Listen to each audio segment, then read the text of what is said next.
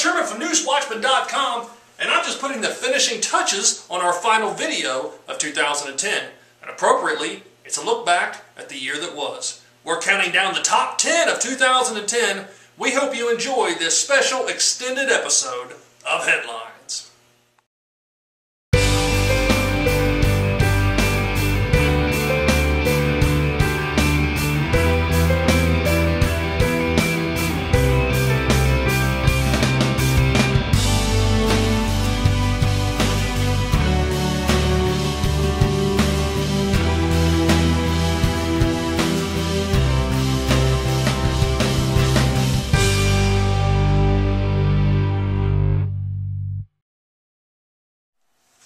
Before we get to the countdown, we just want to update you on some other year-end statistics. Our most read web story of the year involved the Waverly Police Department and some drug busts they made back in April. In fact, the Waverly PD dominated our list of most read stories on the web. We just want to say thanks to Chief Larry Rowe and Company for all their help and cooperation in working with us this past year. And our most viewed video of the year came on October 24th, and it featured a visit by U.S. Senator Sherrod Brown to USEC. And we also talked to some kids about a traveling mural.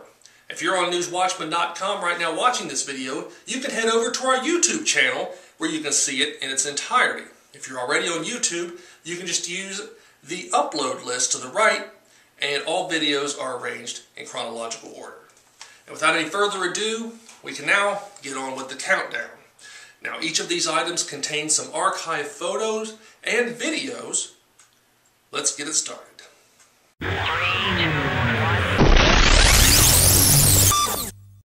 Although this story happened late in 2010 and is not yet resolved, the home under construction on Vine Street has garnered enough attention to warrant a spot on our list.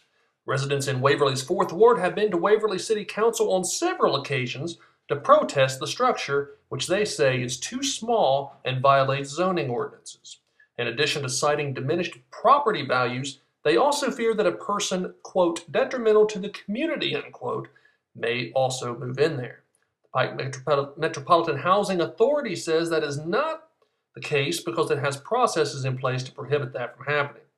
Council seems unwilling to take any action on the issue, so residents have threatened to take the matter to court.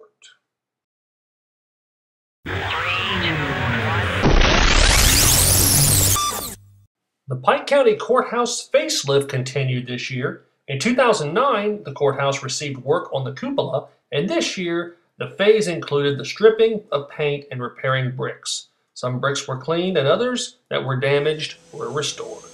And it's helped beautify the downtown area of Waverly.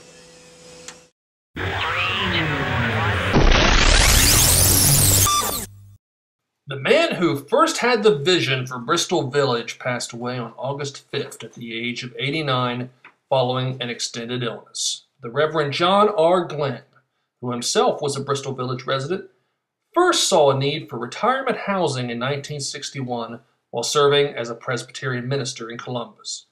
Glenn opened Bristol Village that year, and it became the first housing community of the now well-known National Church residences.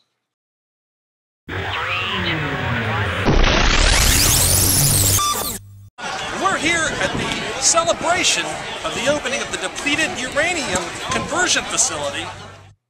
State, federal, and local officials converged on Piketon Thursday afternoon to celebrate the commencement of hot functional testing at the new depleted uranium hexafluoride conversion plant. The plant will employ 160 full-time workers. Let's hear from some of the distinguished guests at the event. And once this facility is up and running, it will run 24 hours a day, 7 days a week, continuously, for up to 18 years we think it will take to complete the processing. So there will be people working 24 hours a day, 7 days a week. And there'll be local jobs. Good jobs. Good jobs, local jobs, good paying local jobs that will really spur the economy here in southeastern Ohio, which we so desperately need.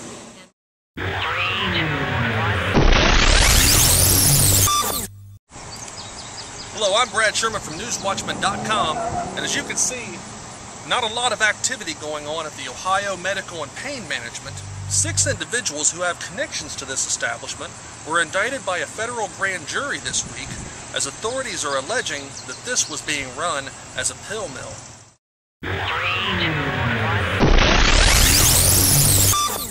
For members of one of Pike County's oldest congregations, the year 2010 contained both pain and promise, both tragedy and triumph. Early on the morning of March 27th, a fire at Hammond Church destroyed the addition to the church and heavily damaged the sanctuary. The fire was ruled arson by the state fire marshal. Members and other community members quickly pulled together, however, to rebuild the structure. The newly rebuilt church opened its doors on Sunday, September 19th, with a ribbon-cutting ceremony.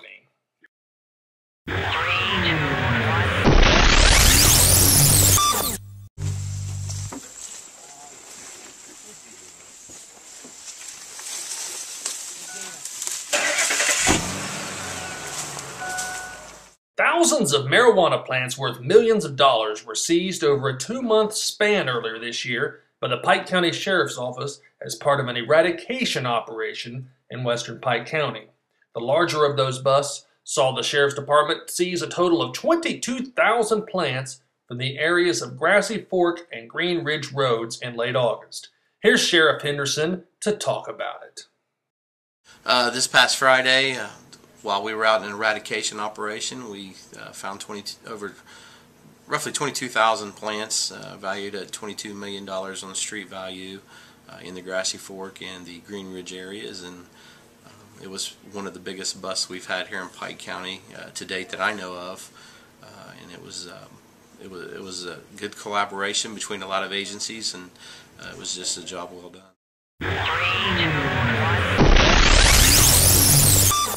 The 2010 general election was a huge win for the GOP, and Republican challenger John Kasich defeated Southern Ohio favorite Ted Strickland for governor. Kasich ran on a platform of job creation.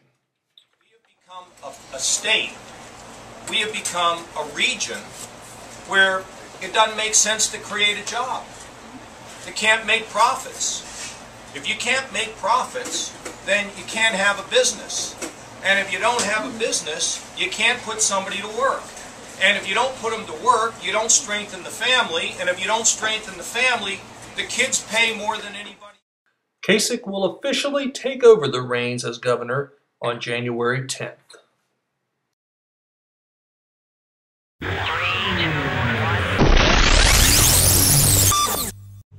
On the 4th and final day of the Eric Bundy murder trial, the jury deliberated for close to 4 hours before returning with a verdict following some lengthy closing arguments. A jury has found Bundy not guilty of murder, but did convict the 21-year-old of a lesser charge of reckless homicide. Bundy was sentenced to a total of 8 years in prison for his role in the shooting death of Richard Pig Harris Jr.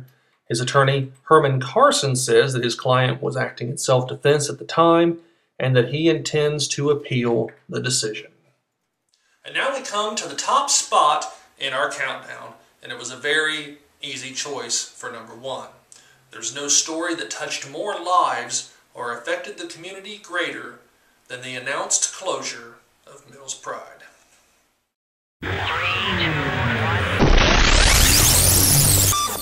The lives of more than 1,200 locals were changed, and the community was rocked when Masco Cabinetry announced that its local Waverly factory would soon end production.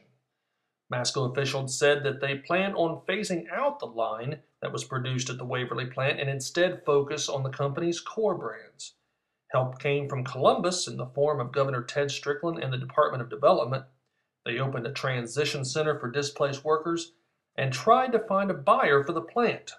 Apparently, there was a potential buy that fell through. Here's the governor talking about that. There was a potential buyer that showed great promise. That particular buyer is experiencing some difficulties, I'm told, but we're continuing to work to try to make sure that that if that particular buyer is not the one, that we look for others. It's a wonderful facility, highly trained people there. And then a grim-sounding email reportedly sent to company employees surfaced in September. Hello, my name is Brad Sherman from NewsWatchman.com, and we've learned some discouraging news about the Mills Pride situation. Email sent to company employees on Monday has apparently leaked its way into the community. Now, that email states that negotiations pertaining to the sale of this facility have been terminated, and that the planned closure will go through next year. There's certainly been no shortage of rumors flying around the community concerning buyers and projected closure dates, but little official news has been released from Masco. We can only assume that the plant will indeed close sometime this year. And there you have it, a look at the top 10 stories of 2010 as voted on by the Pike County News Watchman editorial staff.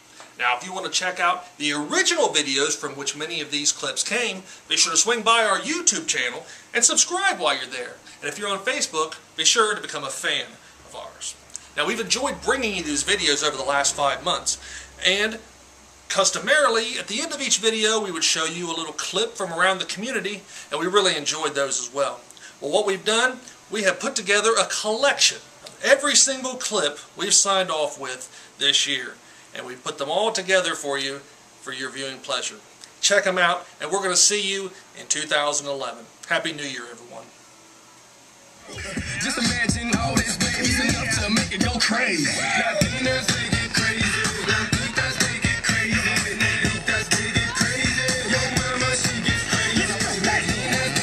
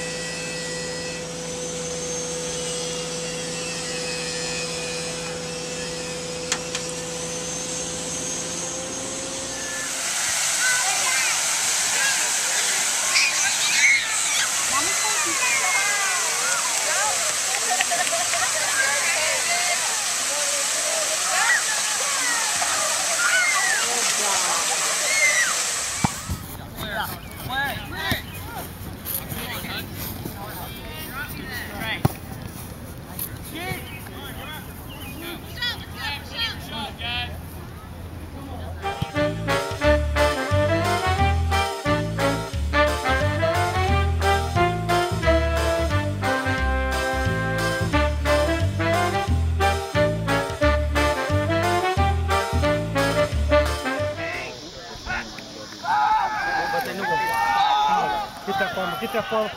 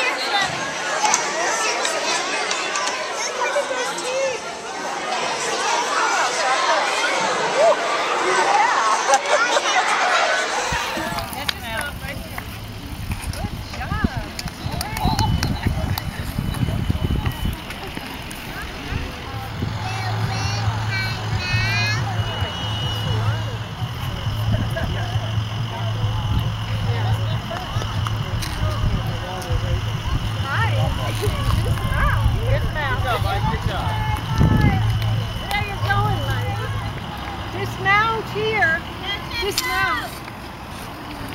Good job. Very good job. 2010 Queen of the Beaver Oktoberfest, Savannah Schrader.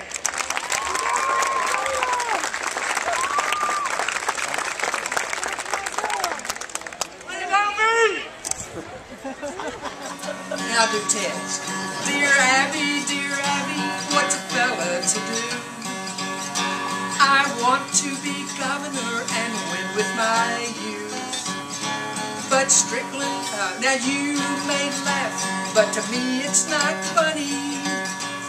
Strickland looks 40 and works like he's 20.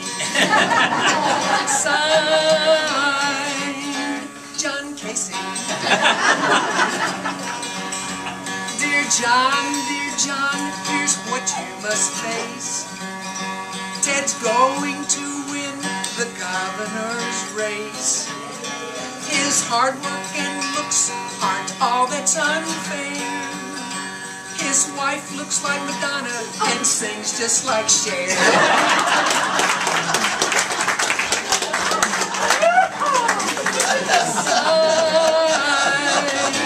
Francis Strickland.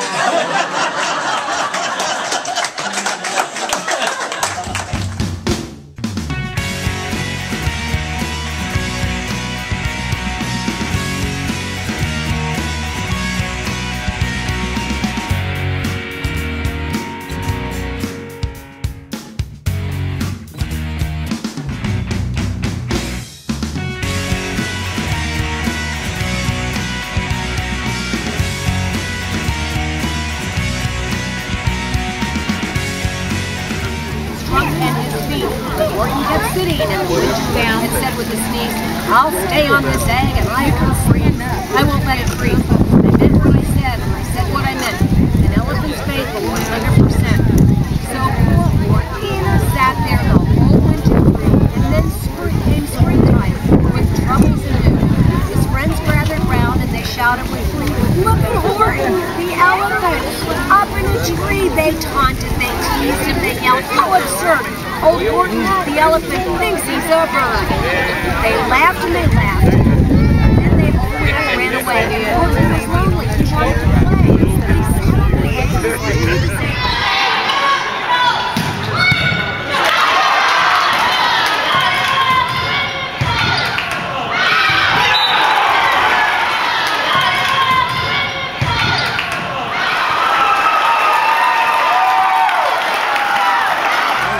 of David and rosary beads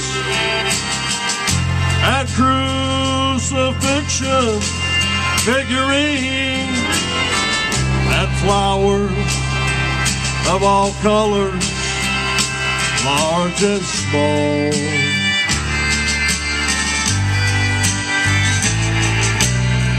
Well, there's a Boy Scout badge, an American pin, the American flags waving in the wind.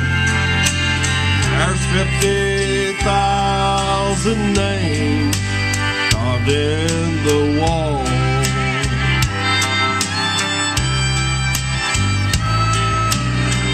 There's 50,000 names carved in this wall.